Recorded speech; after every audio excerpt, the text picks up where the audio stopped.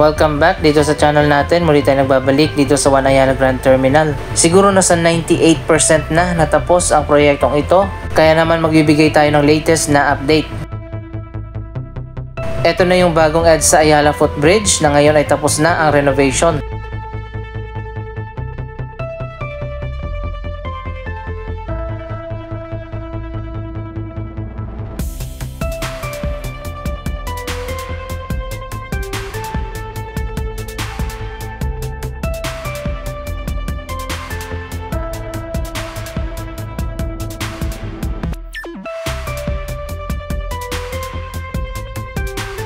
So ayan guys, pati yung magkabilang side ng footbridge, may nakatanim na mga halaman.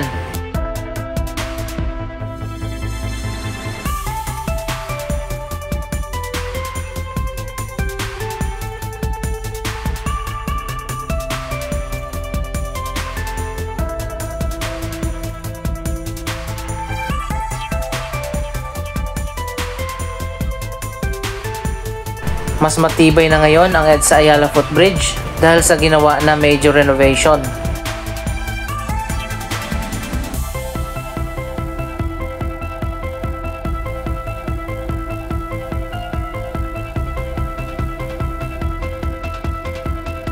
Ang ikatlo at final na office building dito sa taas ng One Ayala Grand Terminal ay natapos na din.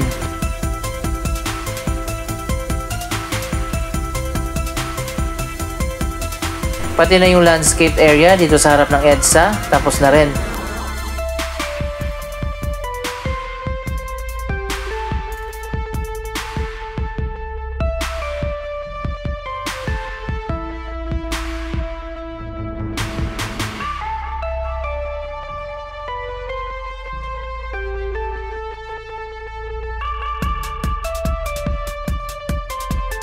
Dito naman sa loob, buhay na ngayon ang One Ayala Mall. Andito tayo sa atrium kung saan kasalukuyan na ginagamit muna ito bilang playground area ng pickleball. Isa sa mga fastest rising na bagong sport sa buong mundo.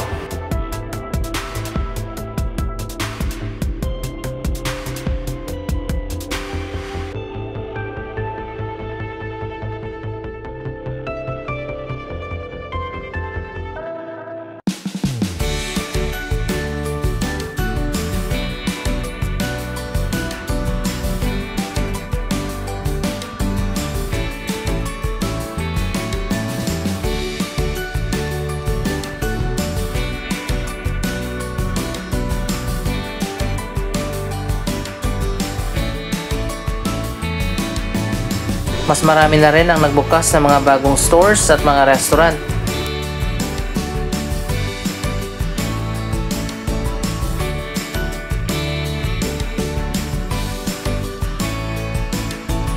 Pero may mga areas pa din na coming soon pa ang mga bagong stores na magbubukas.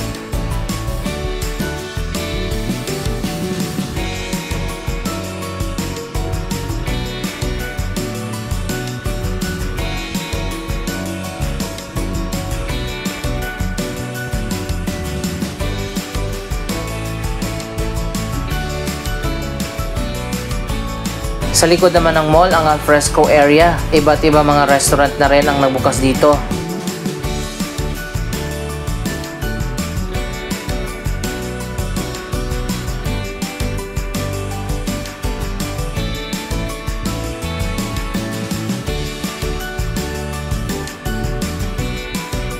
Nasa 3 level yata ng mall ang may alfresco dining area.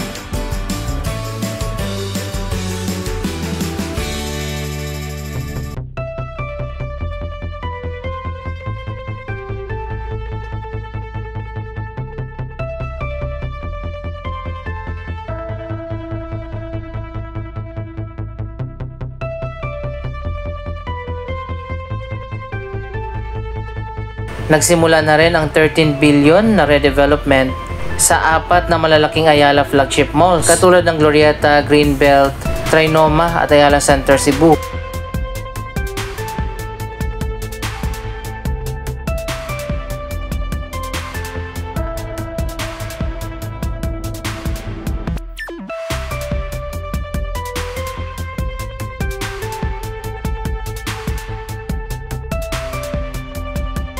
Last month ay nagsara na nga ang Greenbelt 1 para i-demolish at tayuan ng bagong mall.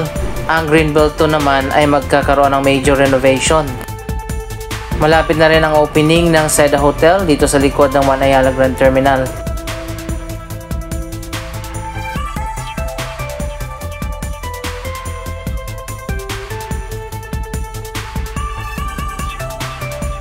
Isa sa magkakaroon ng malaking pagbabago ang Glorieta Park.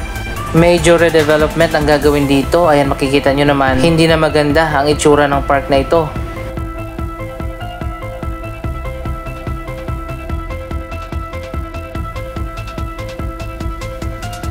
Ayon pa sa design na nakita natin, magiging integrated na ang Glorieta Park dito sa entrance ng Glorieta 4.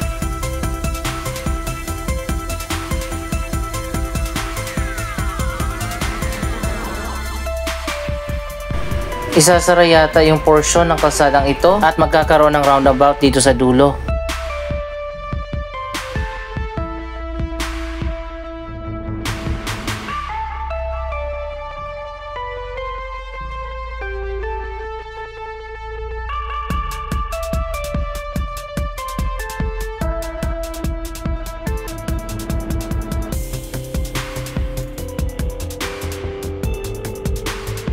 Abangan natin ang malaking transformation na mangyayari dito sa Glorieta Park. Napakaganda rin ang design ng bagong Greenbelt 1 at ang major renovation ng Greenbelt 2. Isa pa sa magkakaroon ng malaking pagbabago ang Trinoma, kung saan magkakaroon ito ng expansion at major renovation na gagawin.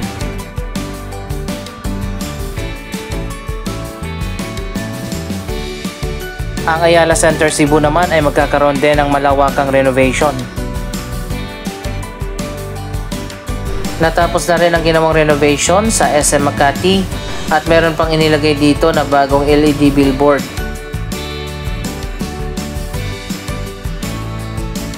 Connected na rin sa pamamagitan ng elevated walkway ang SM Makati at One Ayala.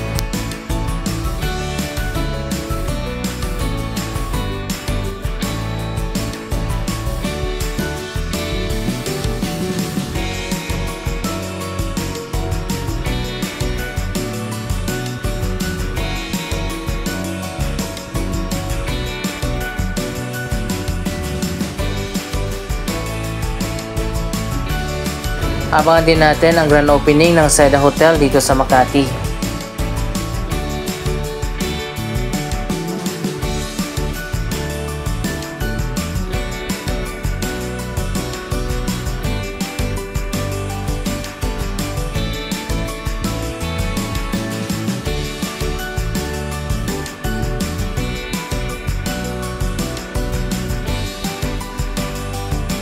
Dito naman sa loob ng bus terminal, may mga P2P bus na papunta sa airport, Fairview, Katipunan, Antipolo at marami pang iba.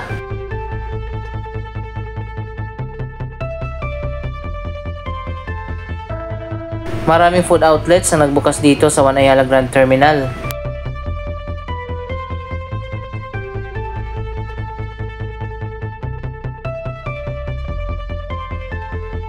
Dito naman yung pinaka main bus terminal na sakayan ng mga bus papunta sa PTEX at sa mga destination sa southern part ng Metro Manila, pati na mga bus na papunta sa Laguna.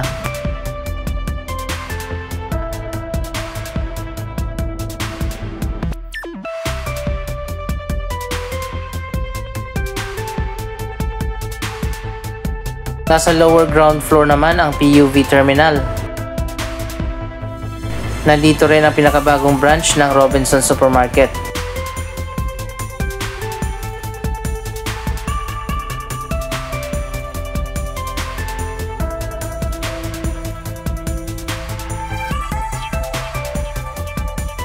Ilang mga restaurant, drugstore at bank ang nagbukas na rin dito.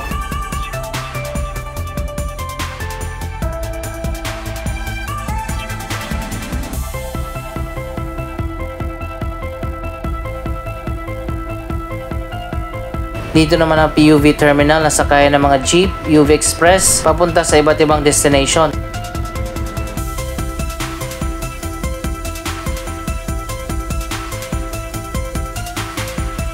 Ito ang pinakamoderno na PUV terminal dito sa ating bansa. May waiting area, air-conditioned pa at organized ang pagsakay.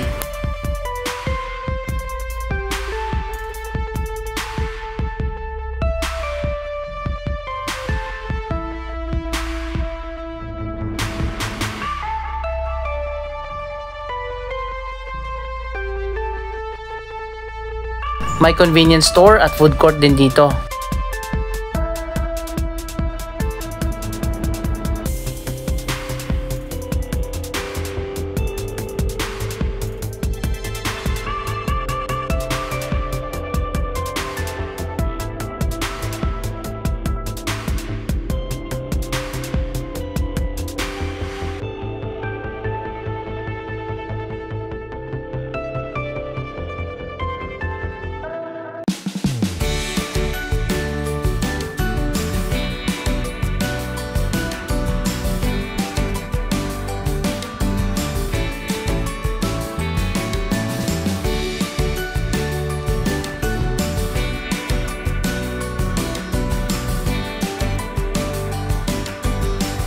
Sa ibang bahagi pa ng mall, nagbukas na rin ang iba't ibang mga stores.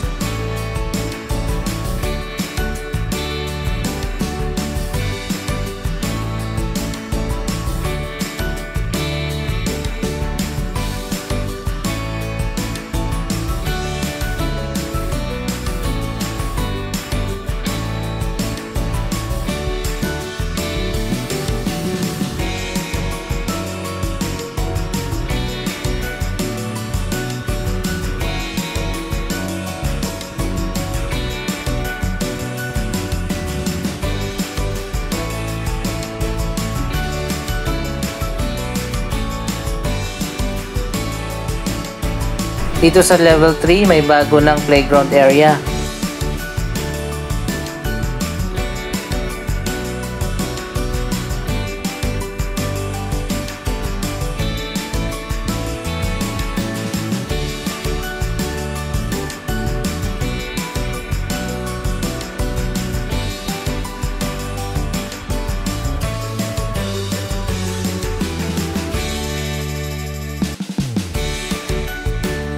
Napakaganda talaga ng atrium ng One Ayala. Maliwanag at maaliwalas dahil sa mga glass na ceiling.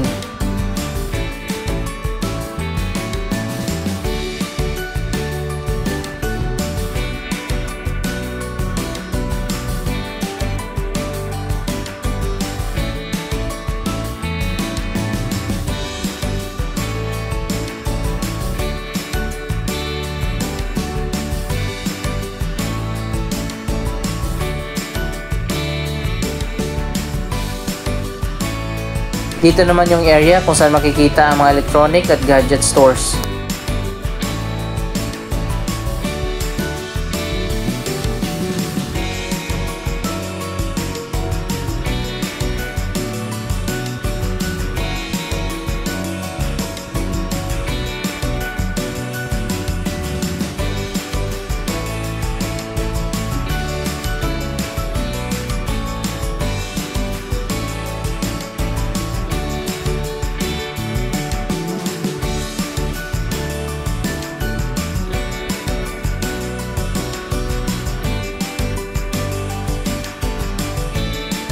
Ito yung dalawang level na elevated walkway na nagkoconnect sa SM at One Ayala.